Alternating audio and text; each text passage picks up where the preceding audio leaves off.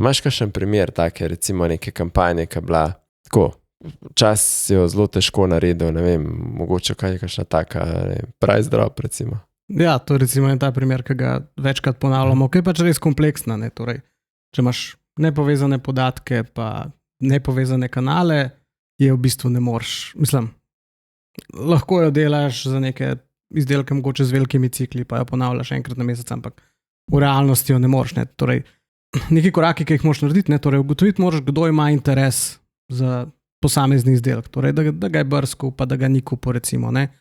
Potem rabiš spremljati, kaj se dogaja v produktnem katalogu, torej katerim izdelkom so se cene znižale, torej imel si podatke, kjer izdelki so se jim cene znižale, kdo je zainteresiran za te izdelke, izločati te, ki so jih kupili, da se ti ne zgodi tist ponudba za iste superge.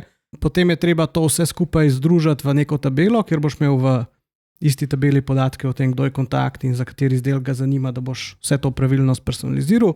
Pa je treba to zagregirati v message, sploh če sem jaz mogoče imel na 3 izdelkih, ki so se znižali nek interes, pa je treba to potem v enem mailu prikazati, pa je treba neko automation narediti, povezati vse te stvari in to potem pošiljati. Ne? Zdaj za neko tako advanced kampanjo, ki združuje torej vse podatke o kontaktih, aktivnosti na kanalih, pa še to, kaj se dogaja v produktnem katalogu, to je verjetno 2 meseca dela takoj, ne? Torej, da vključimo neke razvijalce spletne strani in potem imamo na koncu sicer pač eno kampanjo. Ne?